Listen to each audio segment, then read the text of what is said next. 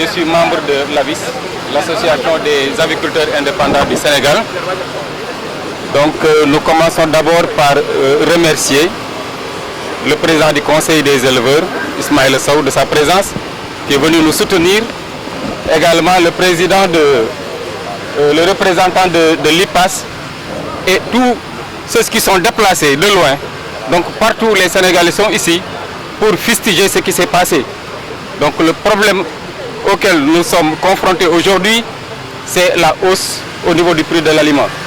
Donc on a une hausse sans concertation que nous avons constatée. Une hausse de 1400 francs. Et avant cela, il y avait une hausse de 1500 francs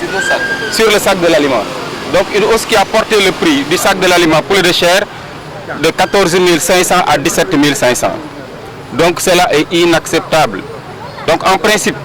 les producteurs qui sont le maillon essentiel de la filière avicole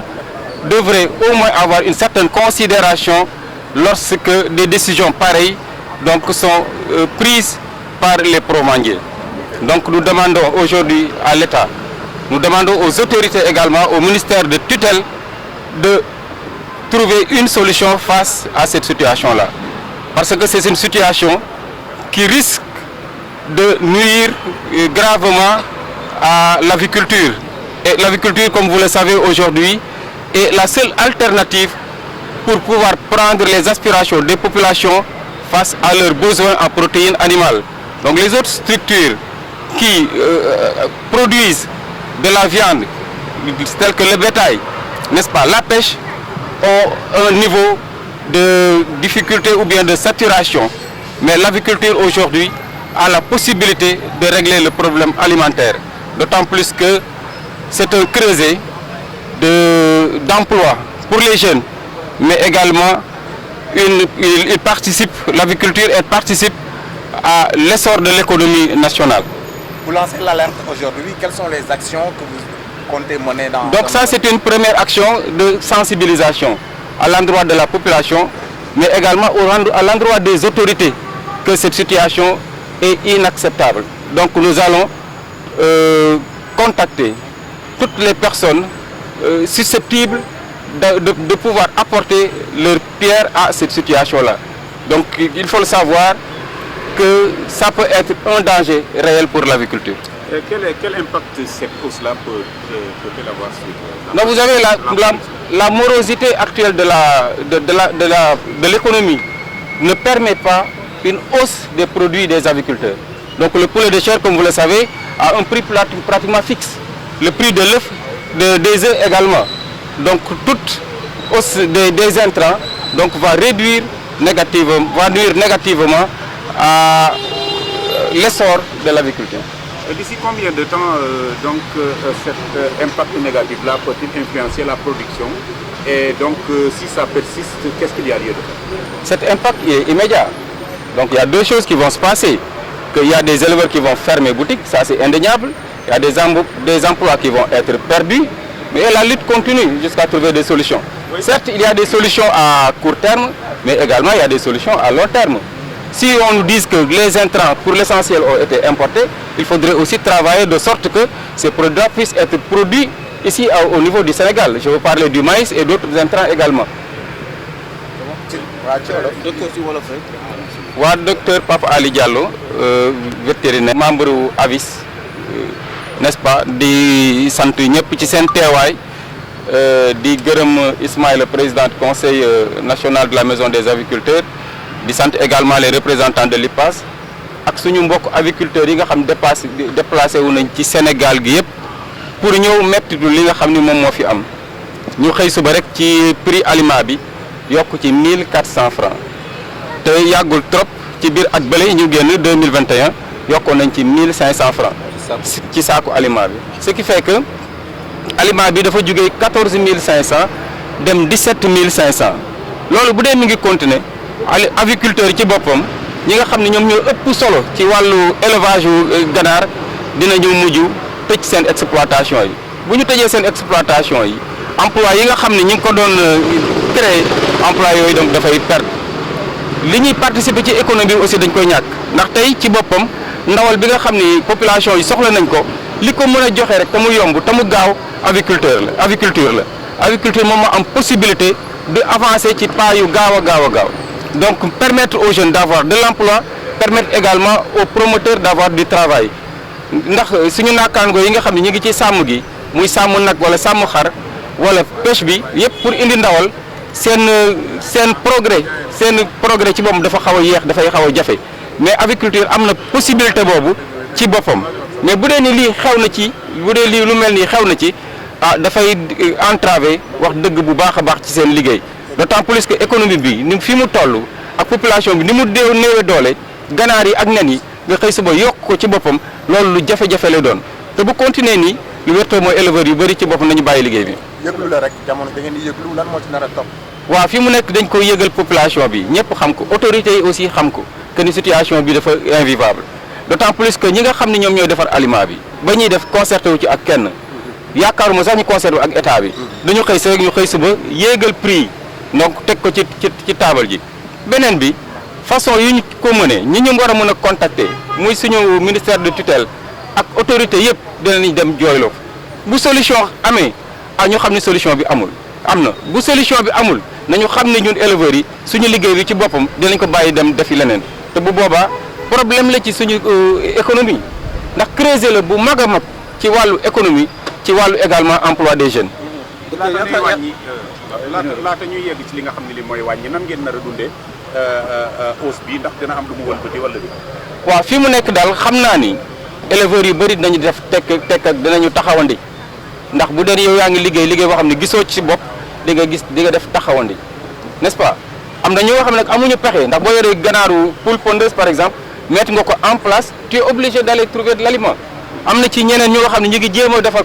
concocté di defar seen aliment bopp yooyu yëpp ay pexe la mais pexe bi yëpp gannaaw bu ñu amee transparence par rapport ak li waral yokk bi mu xam ko maîtriser ko am na aussi ñun suñu wareef que li nga xam ne ñoom la ñu defaree aliment bi ñu trouver solution bu nga xam ne duñ ko jéggaaneeti ndax aliment li koy defar lu gën a bëri mboq la te mboq yaakaar naa ne foofu am naaj am ndox amee suuf war nañ ko mën a bas loolu nag day laaj ay programmes yu yaatu pour que ñu mën a produire intrants yi nga xam ne moom la ñuy jëfandikoo pour suñu aviculture. yaakaar nañ prévention yi war nañ mën a xëy rek yokk sans état yëg ko.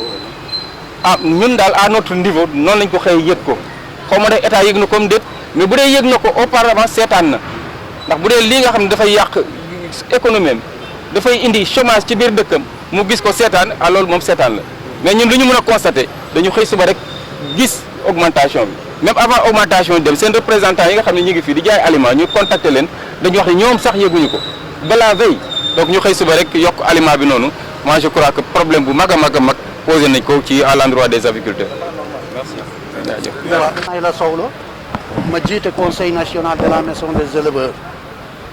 mais d'abord damay féliciter président docteur Ali Diallo ak ñi mu àndal yépp parce que lii ñuy jooytu ñun ñëpp ñoo koy jooyandoo parce que dañoo lëkkaloo bi ñu lëkkaloo nag ñoom yàlla def ñu yore ganaar yi ak xar yi loolu aussi nun dañu tii gis suñu bopp te fi ñu ko jooyee aussi li tax mu baax mooy des na tuuti tey koor démarré weeru koor te bu ñu duggee weeru koor ñëpp xam nañu ne yàpp bi dafay yokku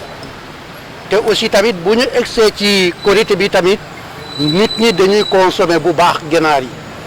kon bu aliment bi yokkoo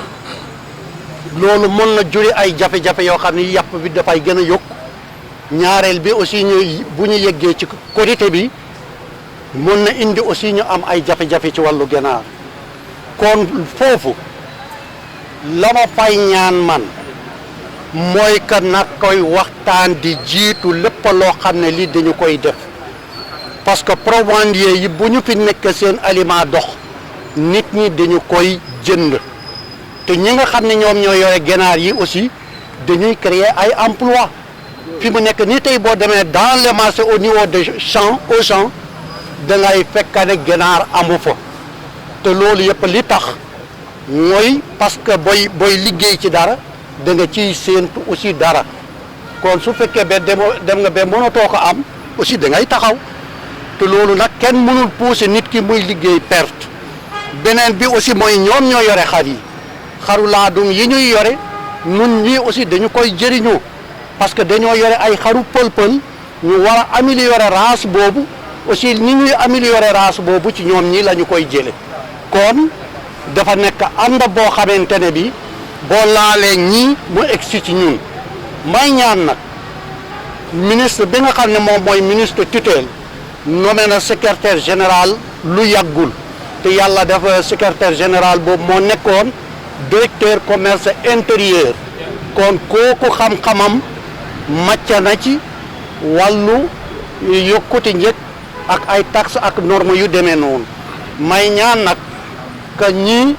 nañu fekkee ñu toog ak ñoom ñu waxtaan ñu jéem a seet lii naka la ñu koy régler maa ngi leen di sant di leen gërëm. du collège des producteurs bu interprofession avicole du Sénégal yi sama naataango yi wax am na yoo xam ne du ma ci delluwaat du ma si dellu si waat wante li am ba des mooy aviculture sénégalaise tey mi ngi employé